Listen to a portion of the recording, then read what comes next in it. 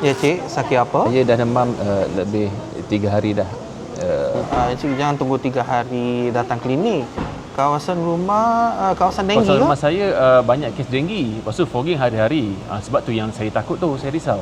Okey, Encik datang daripada kawasan denggi. Jiran rumah sebelah pun dah kena denggi kan. Fogging pun dah hari-hari kan. Tapi Cik hari ketiga demam dengan simptom sakit badan, sakit mata, sakit kepala, baru nak datang ke klinik.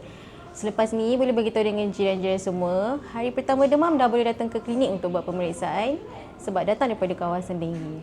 Okey Cik, untuk hari ini pemeriksaan semua nampak normal, tanda vital normal, cuma darah putih rendah dan platelet Encik rendah lah. So untuk Encik, esok Encik perlu datang semula untuk buat pemeriksaan kembali. Kita akan ambil darah semula untuk kita lihat macam mana keadaan Encik esok pula lah.